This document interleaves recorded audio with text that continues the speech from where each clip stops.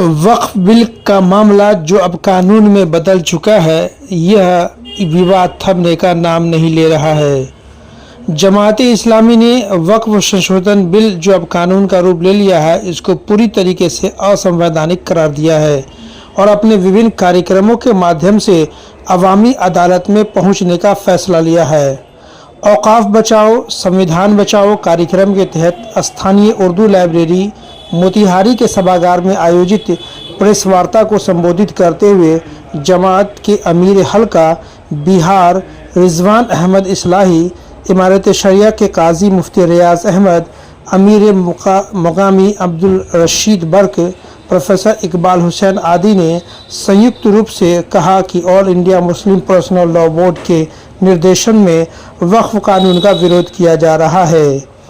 सरकार पर वक्फ ट्रिब्यूनल को कमज़ोर करने का आरोप लगाते हुए कहा कि ज़िला कलेक्ट्रेट को पावर देकर वक्फ की मूल भावना के साथ खिलवाड़ किया गया है। केवल मुस्लिम समाज ही नहीं बल्कि संविधान में आस्था रखने वाले हर नागरिक इस कानून का विरोध कर रहे हैं। इस दौरान वक्फ बोर्ड ने गैर मुस्लिमों के प्रतिनिधित्व पर भी सवाल उठाया और कहा कि देश के मुसलमानों के साथ एक बड़ी साजिश चल रही है। मोतिहारी से अरविंद कुमार की रिपोर्ट। मुसलमानों की जितनी दीनी मिली जमात के लोग हैं वो तमाम के तमाम लोग रहेंगे। जो यहाँ के जो सेकुलर लोग हैं या यहाँ के जो आम नागरिक हैं, जो जानते हैं, समझते हैं या समझ चुके हैं कि ये बिल जो है, ये कानून जो है, ये मुल्क के हक़ और हित में नहीं है, मुल्क के आइन और दस्तूर से टकराने वाला कानून है, वो तमाम के तमाम लोग रहेंगे। तमाम लोगों को मदद किया गया। क्या नाम सोच तो सकता है कि बात सही है या गलत है। आपके पास लाठी है तो क्या मतलब भैंस आपकी हो जाएगी? ऐसा नहीं होता है। जो सोचने वाले समझने वाले लोग हैं, सरकार तो उसमें किसान वाले कानून में भी पीछे नहीं हटना चाह रही थी, लेकिन जब किसानों ने पुरअमन एहतजाज किया तो सरकार को पीछे हटना पड़ा। तो ये सिर्फ मुसलमानों का मसला नहीं है वक्फ, ये मुल्क के आइन का मसला है, ये हिंदू मुस्लिम एकता का मसला है। हम तो कह रहे हैं मुसलमान नहीं, मुस्लिम बल्कि गैर मुस्लिम भी बहुत सारे लोग एहतजाज कर लें। पार्लियामेंट में खुद एहतजाज करने वाले लोग, बहस करने वाले लोग, मुसलमान तो बहुत ही चंद 2-3 लोग थे बस। तो इसलिए सब लोग मिल करके अगर ये बात कहेंगे तो सरकार को सुनना पड़ेगा, पीछे हटना पड़ेगा। प्रोटेस्ट का स्वरूप क्या होना चाहिए? जैसे बंगाल की हिंसा है, उसको लेकर भाई हम कह रहे हैं कि किसी तरह से कोई भी हिंसा जो है वो किसी तरह से जायज़ नहीं है, दुरुस्त नहीं है। हम तो बार बार बोल रहे हैं। हम ये कह रहे हैं कि जो जमहूरियत में, डेमोक्रेसी में आपको अपनी बात पहुंचाने का पुरअमन तरीके पर जो भी तरीका हो सकता है वो अमन व अमान के साथ हो सकता है। वो अमन व अमान के साथ हम अपनी बातें पहुंचाएंगे। हम तो सरकार से अपील भी कर रहे हैं। हम कहाँ कह रहे हैं कि सरकार हमारी बातों को सुने, लॉजिक को सुने, दलाइल को सुने। मुझे अफसोस है ये जेपीसी गठन की गई और जेपीसी ने गोया हर स्टेट में जाकर के मुख्तलिफ़ सरकर्दा तंजीमों से भी मुलाकातें की, शख्सियात से मुलाकात की। तकरीबन 5 लाख से भी ज़्यादा गोया ईमेल उनको किए गए, लेकिन कोई बात उन्होंने सुनी नहीं। भाई जमहूरियत में, डेमोक्रेसी में आवाम की बात सुनी जाती है ना। ये जो मेरा मानना ये है कि इससे इतना रेवेन्यू जनरेट होना चाहिए था जो एक किसी स्टेट का सालाना बजट होता है, हो सकता है अभी भी, जितनी बड़ी प्रॉपर्टी है। लेकिन दिक्कत ये है कि वो हमने कहा, एक जुमला ये भी कहा कि ये जो वक्फ प्रॉपर्टी है ये, या वक्फ बोर्ड जो है, ये किसके अधीन में काम कर रहा है? सरकारों के अधीन में काम कर रहा है। तो सरकार जो लोग जो प्रॉपर्टी वक्फ की है, और आप देखेंगे कहीं पर मस्जिद का, मदरसा का कोई कट रहा है तो वो 2000 में और 1947 से चला आ रहा है किराया उसका। वहीं बगल में किसी का निजी प्रॉपर्टी है, वो 10,000 किराया उसका हो गया है। तो ये ज़िम्मेदारी किसकी थी?